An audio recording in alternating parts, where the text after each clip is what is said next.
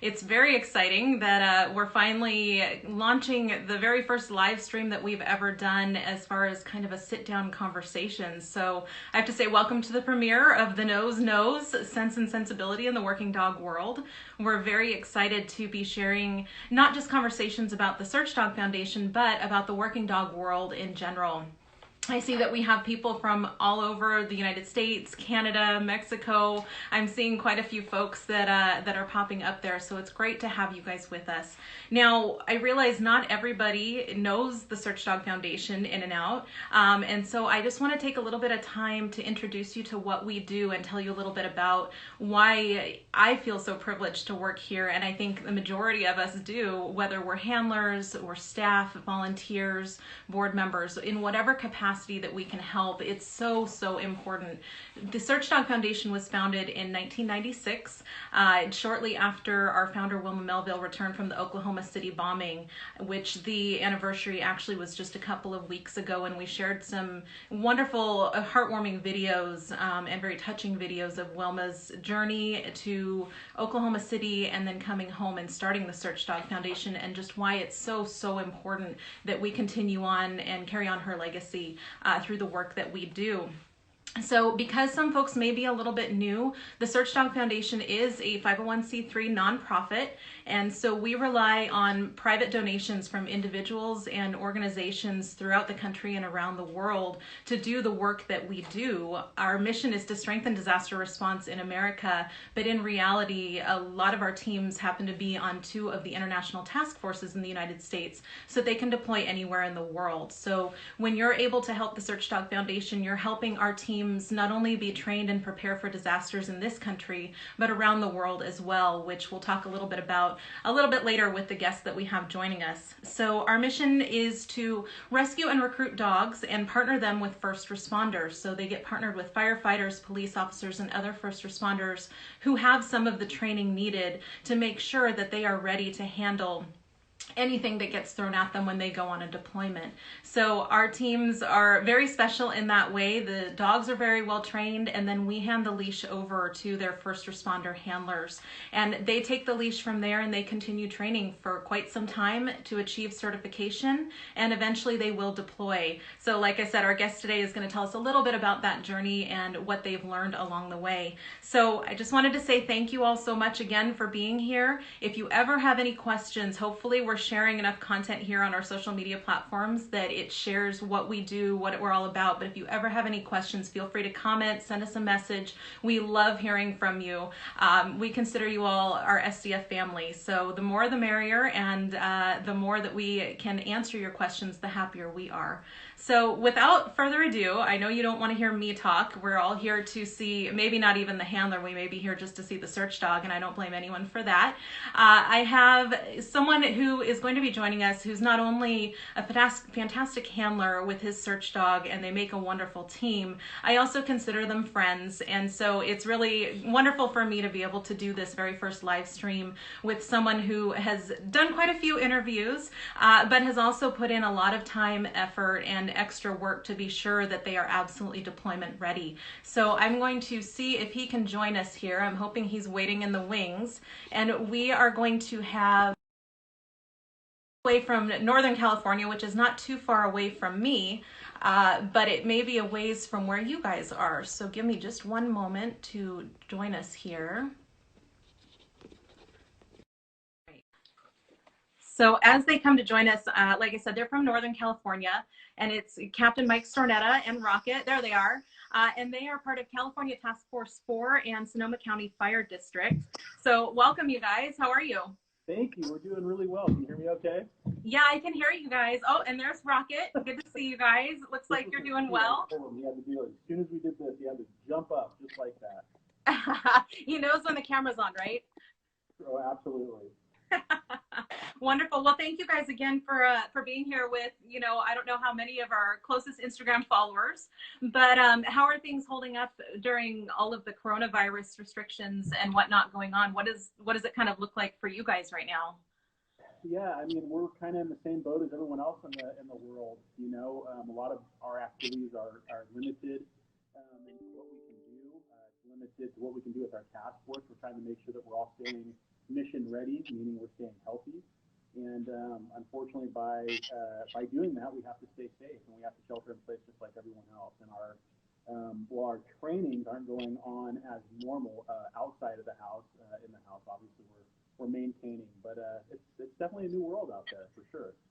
Yeah. Are you guys able to train still, like at the fire station and at home, to do even on your own without the rest of the task force, do some agility or something? Are you guys staying busy? I'm sure.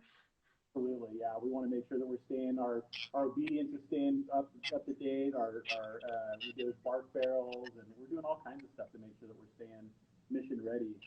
But we definitely miss seeing our teammates all the time, and we want to get back out there and get back to it. Absolutely. We miss seeing you guys at the National Training Center at our headquarters, and it looks like Rocket is ready to run right now. It looks like he's taking a nap. But... I'm going to switch sides real quick. You just bear with me. I want everyone to be able to see him. Come here, Rocket. Jump over. Let's scoot over. We're going to switch. There you go, bud. We see you. Oh. Better. He's ready for a nap. I get it. I completely get it. So we talk about being ready quite a bit. You know, we say that every training is an opportunity to prepare for the next disaster. You know, it's not a matter, unfortunately, of if, but really when the next one will hit, whether it's hurricane season, tornado season, and whatnot. And actually, even as we were planning to do this Instagram Live, one of your teammates this morning got deployed to, was it a warehouse explosion in San Mateo or San Leandro?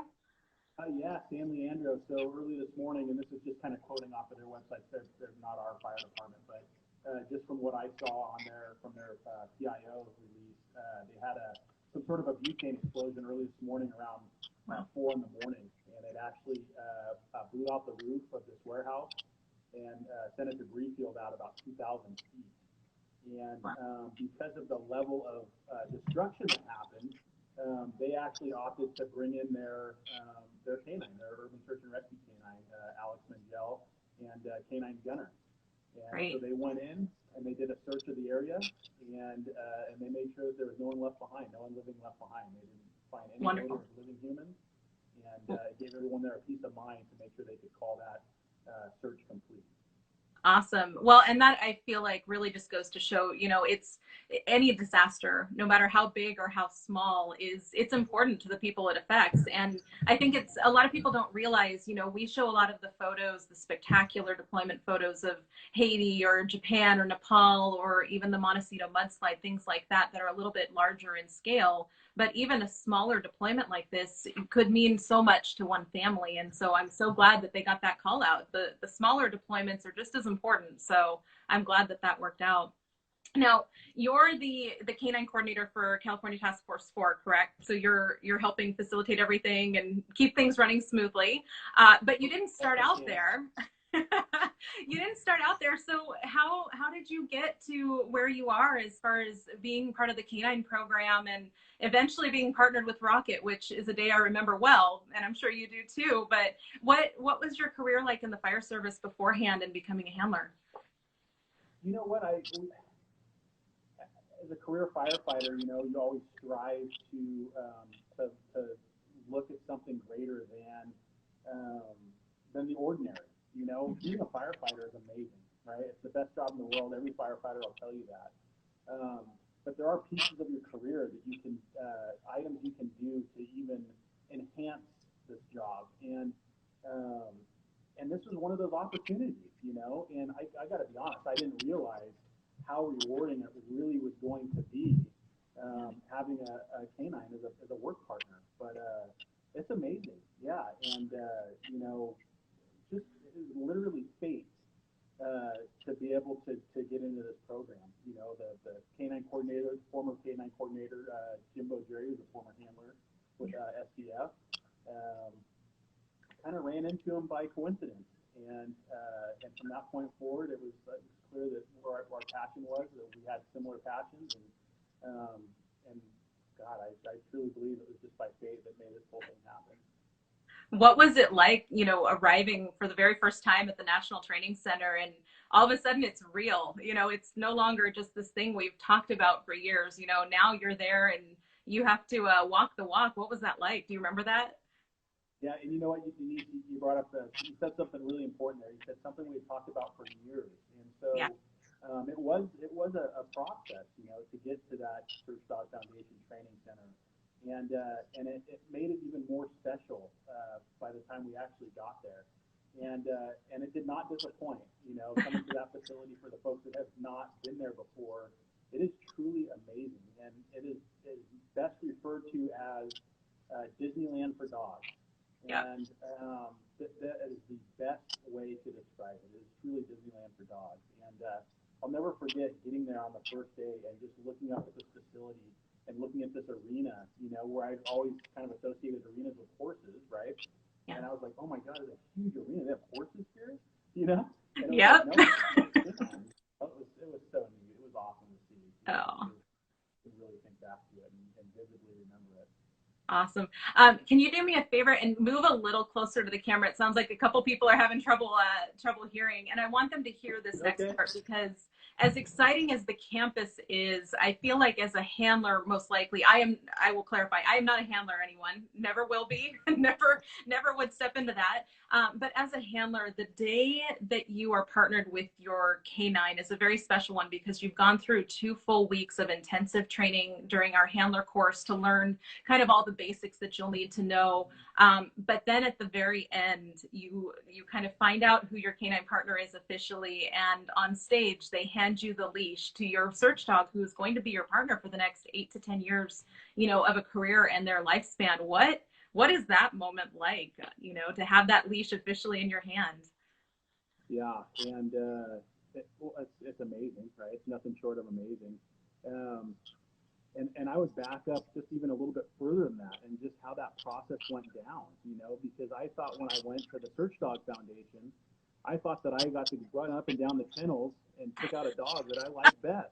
And Surprise. so I was so disappointed when they said, that's not how it works here, Mike. And I was like, what do you mean it's not how it works? That's what I want to do. I want to go pick out my dog.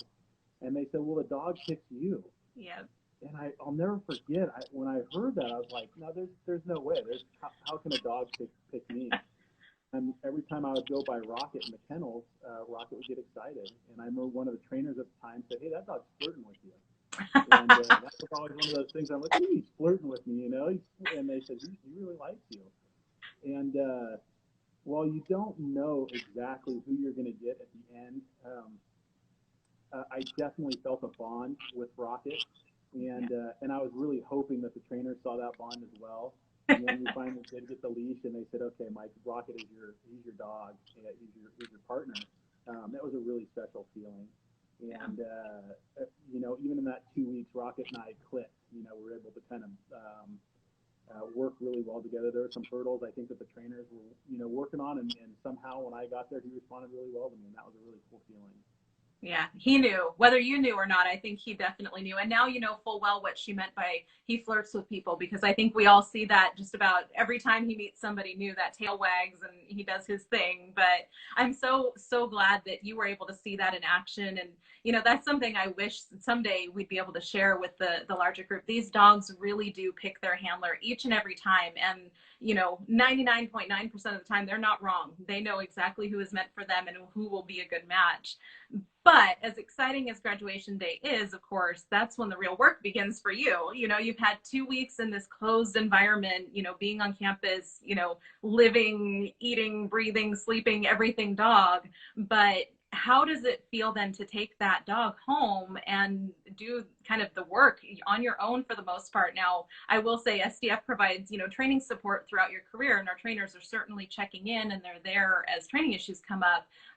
But I would imagine it's a little nerve-wracking. You're taking home this well-trained search dog, and ultimately the goal is to be able to deploy. So that you have this lofty goal up here that you need to work toward. What is that like, that 6 to 12 months between graduation and certification?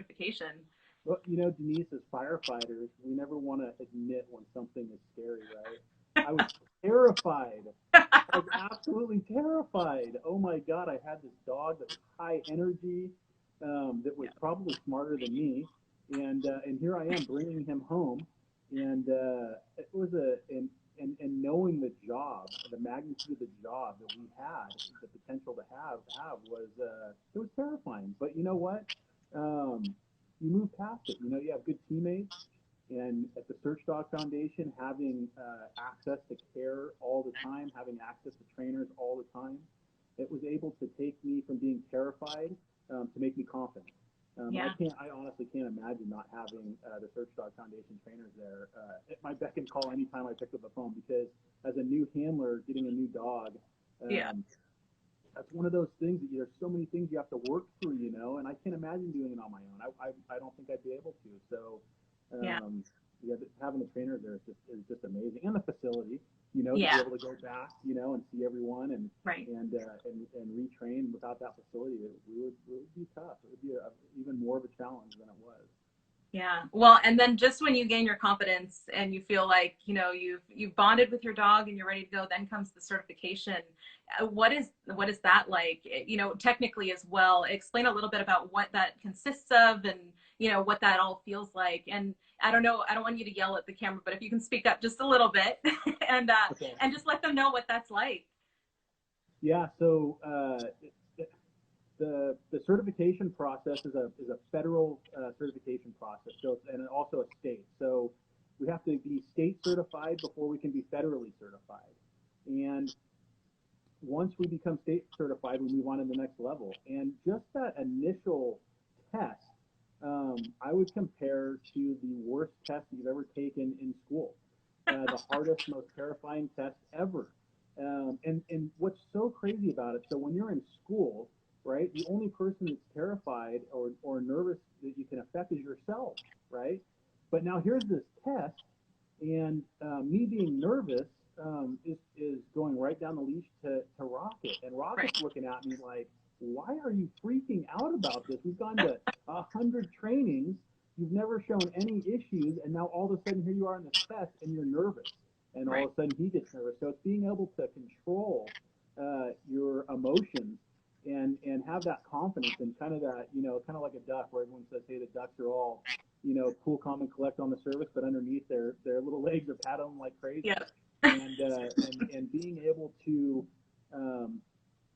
keep that coolness is so important for the dog as well, not only for yourself, but it makes a big difference in the test. But once you certify, and once they, you know, if they don't tell you until the end of the day, right? So you Mm-hmm. go through and you're like, I think I found all my victims, right?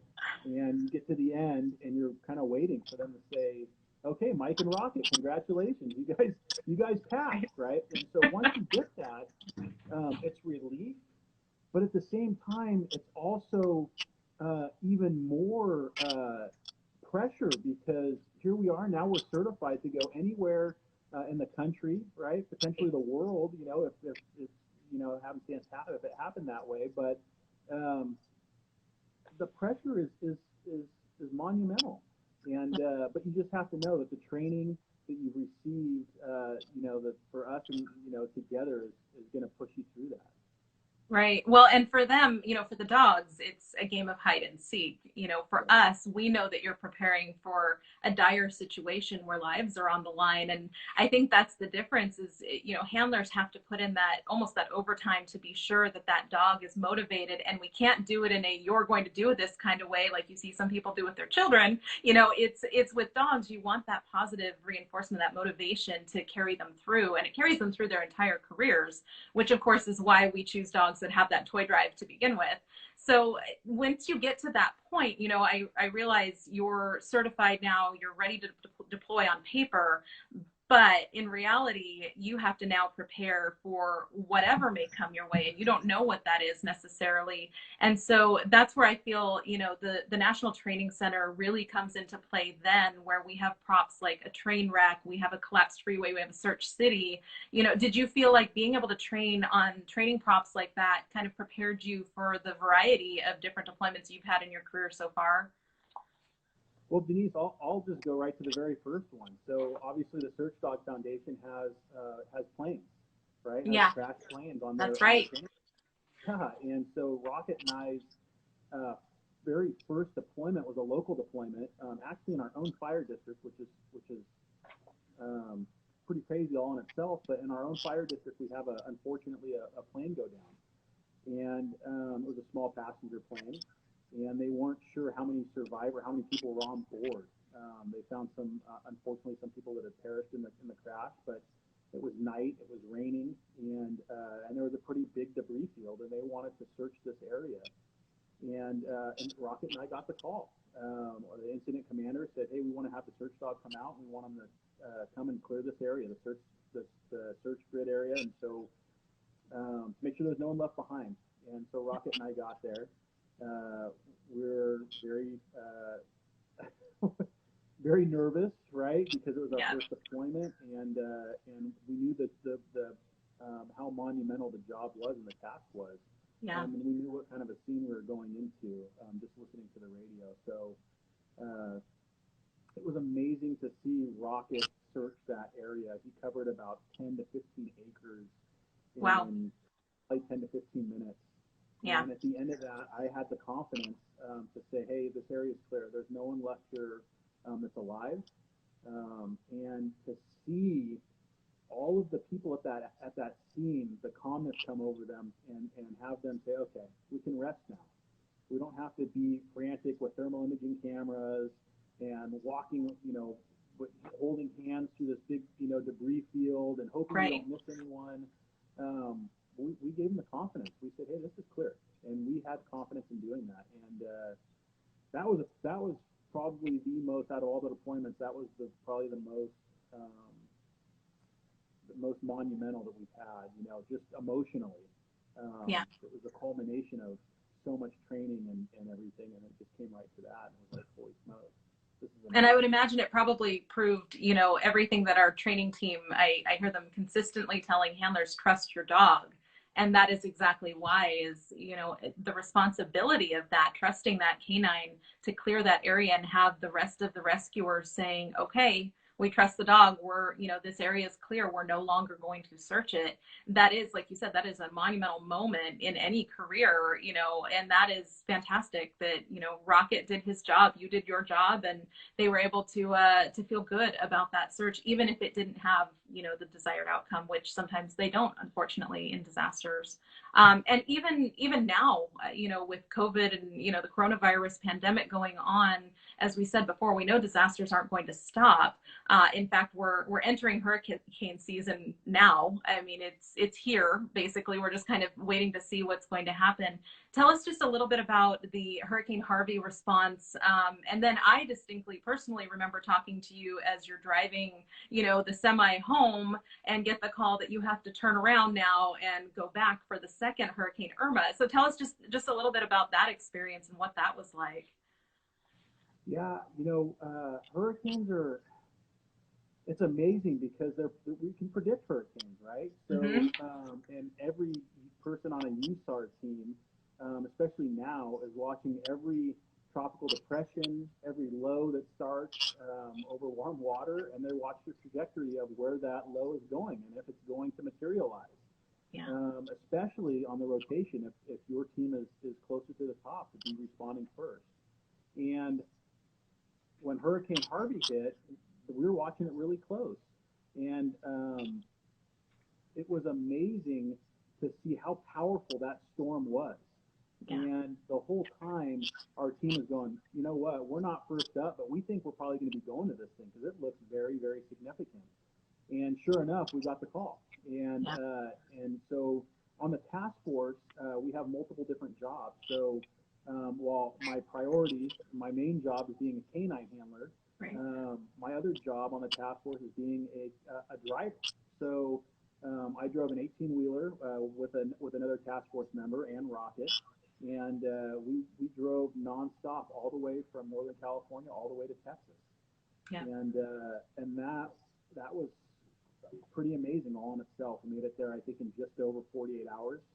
We had, I want to say, 40 vehicles in our convoy. I could be off. I remember someone's probably watching this, but that's not right. We only have 36. But, right. I feel like we had 100, but yeah. But you have a whole cache, which is, it's not just for the canines, right? I mean, it contains dog food, it contains canine equipment, but it's everything for 72-ish people, right, to self-sustain for a certain amount of time. That's a lot.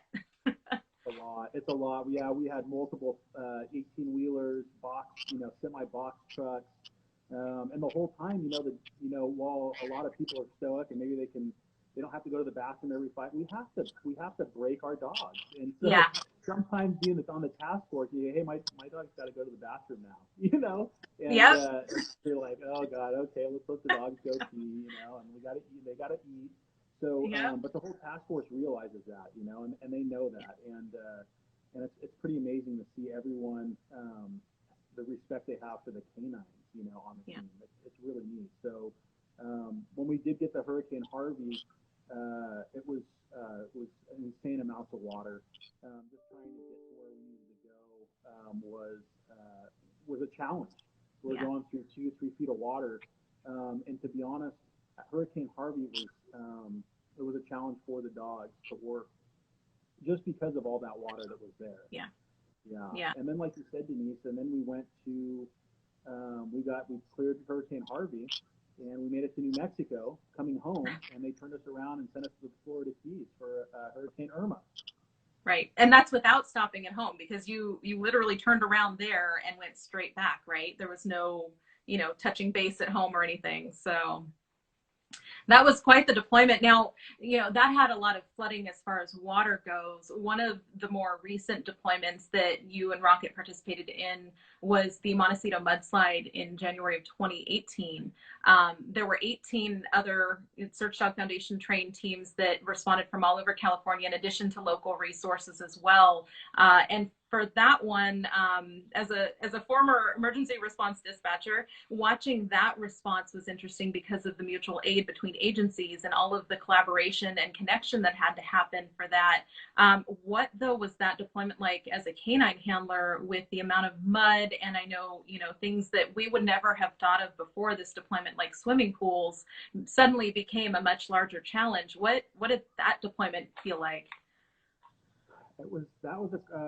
Another challenging deployment. So on that deployment, Rocket and I actually deployed with Marin County Regional Task Force 1, it's an OES California team.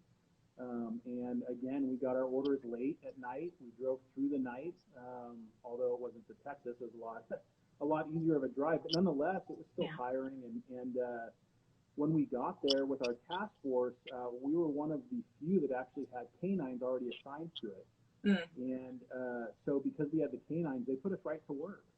And and they wanted us to go search some areas that needed to be searched with the canines to make sure that we weren't leaving anyone behind.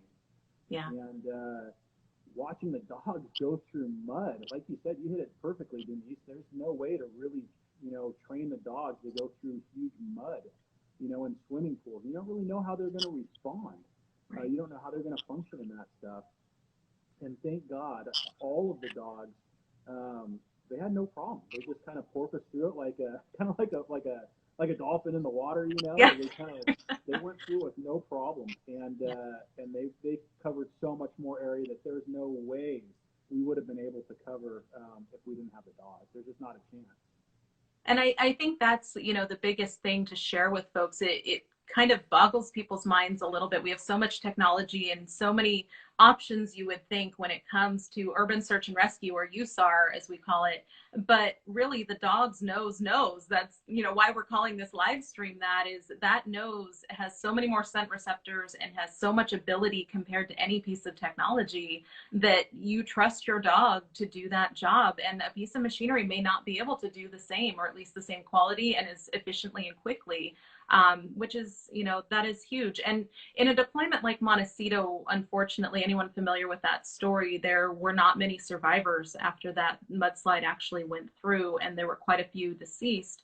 How did you keep, Rocket's motivation up to continue searching when he wasn't getting finds? He wasn't having live finds, as we call it. That's what our dogs train for. Everyone, they're looking for live human scent. So when Rocket doesn't find that, he wouldn't get his reward normally. What did you do to kind of keep his motivation up and keep him going? Yeah, Denise, that's a really good point. The dogs, when they weren't having their finds and they weren't getting their toy, we could tell if they were getting upset. That was just something that they wanted to get their toy. And so it was up to the handlers to make sure that we went back while everyone else was having chow or, taking showers. All the canine handlers were out setting up trainings for their dog. And then we would hide for our dogs.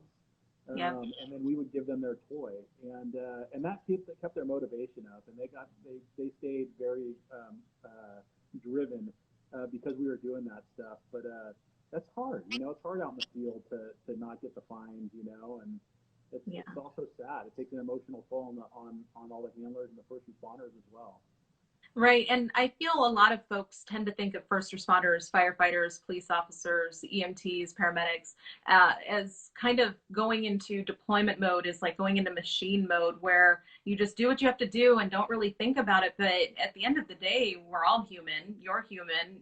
This is going to affect the humans involved as well. Was Rocket able to kind of raise spirits a little bit and mingle with folks after he got his search in and after he got his reward, and kind of, let people pet him, off shift at that point?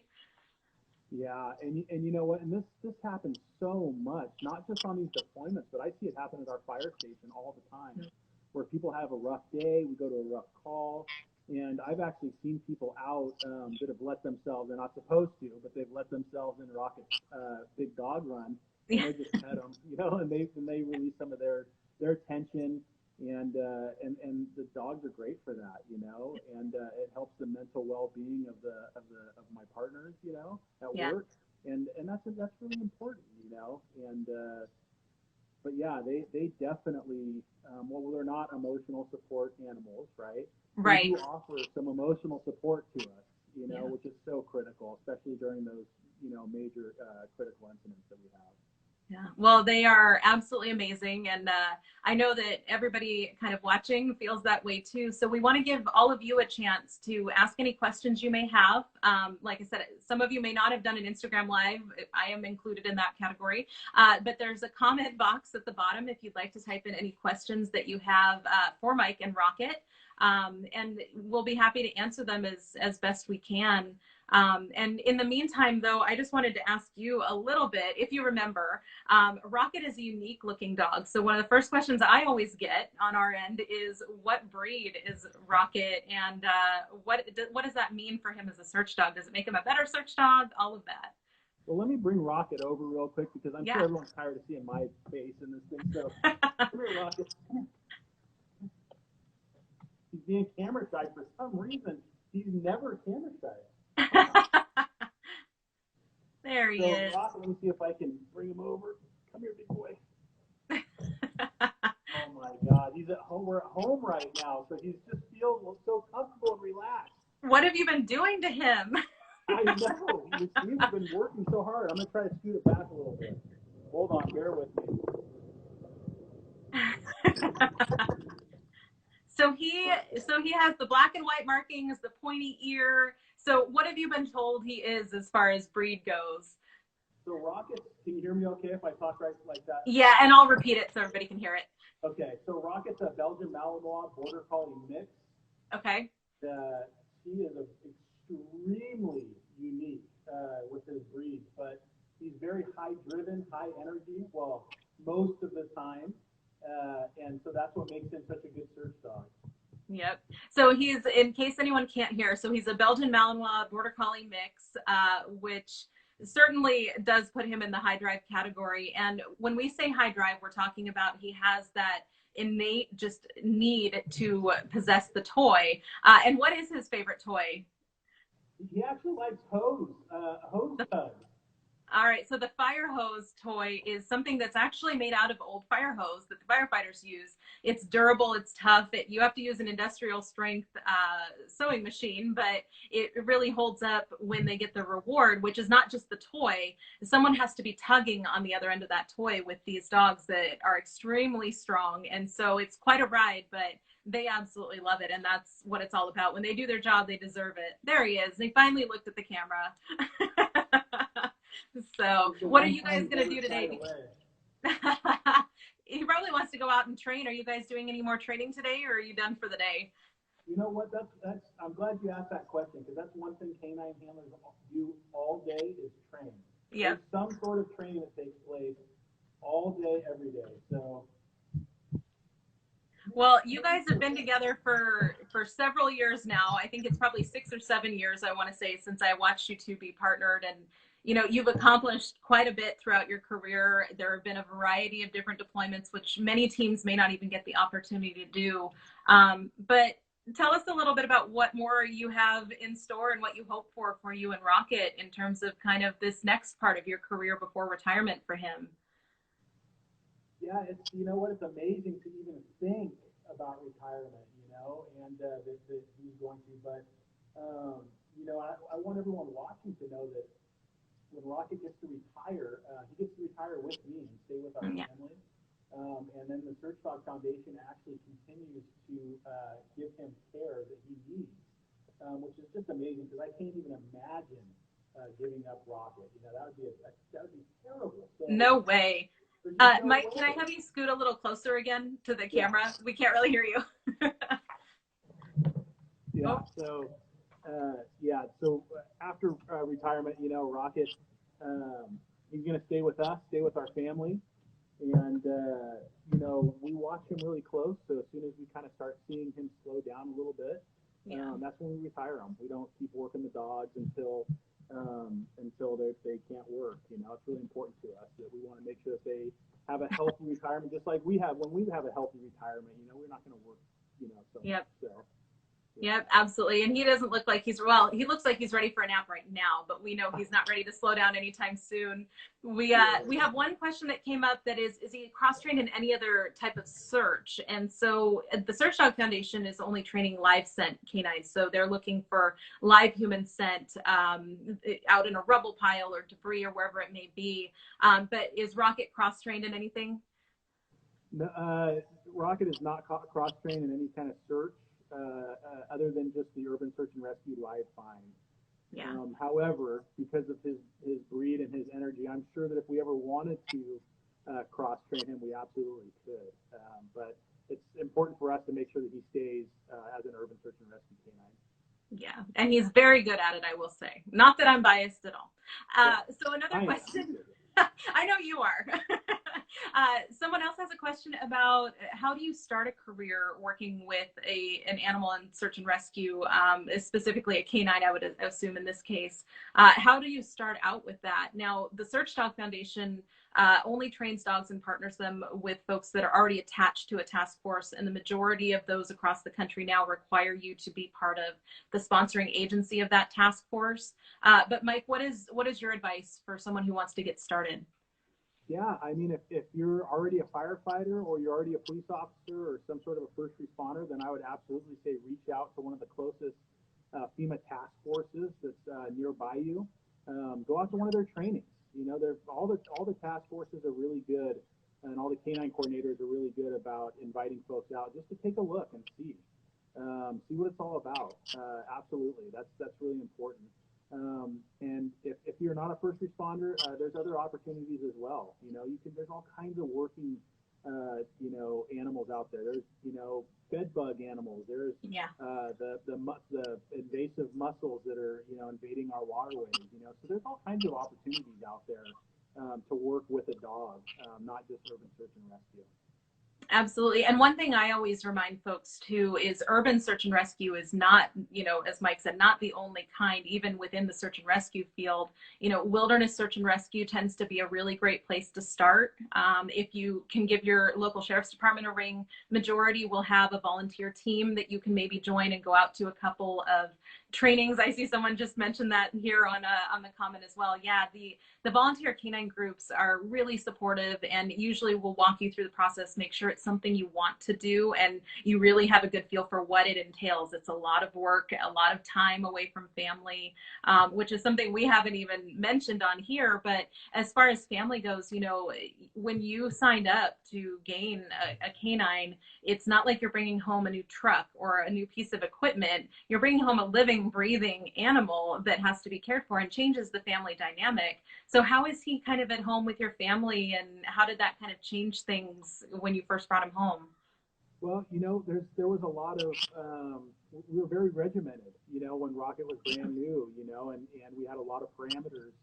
And the older Rocket gets, the more kind of veteran he is. He's back there groaning. I don't know, you probably can't hear it, but he's actually groaning every time he turns. But the more veteran he is, the kind of more the lenient we can be with him. And he's at first it was a challenge, and now he's working in really well, and he's pretty relaxed as you can see. Yeah. Until I could say one word right now, and you would see him go from 0 to 100 in Right. half a second. Yeah. Well, you can do that then as soon as we say goodbye. But yeah, I will. But yeah, we have one last question that we'll do before we sign off here, because we went a little bit over what we had planned on, which is great. I've loved talking to you guys no matter what, and I'm glad that everybody was able to join us for that. We have a handler who's getting ready to go through the handler course here soon. Any tips and tricks? Don't tell them all of the secrets, but any tips and tricks for getting ready for the handler course? To listen to Denise all the time. It's very important. Yes, you're doing well. You get an A+ on this one.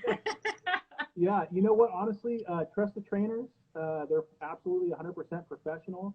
And trust your dog. You know, those are the two major pieces of this thing. I know as a new handler, when I started out, that was a couple of things that I did that was important. You know, or that was not the best. Was I didn't trust Rocket a couple of times, and he was right every time. And then once you kind of get past that, it's like, okay, I got it. I understand. Trust the dogs. They're right. I get it. Yep. You know? You won't forget it. That's for sure. They always have a way, you know, they have a way of letting you know, hey, I told you so, you know, come on.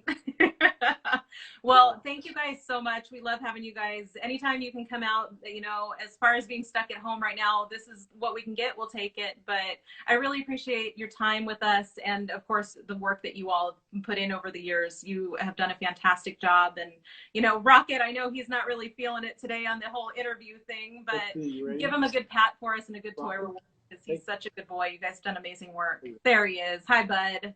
So thank you guys so much. Is there anything else you wanted to add? Just one word. That's all it takes. One word. Yep. 0 to 100, just like that. And he says, okay, Dad, turn it off. We are good to go.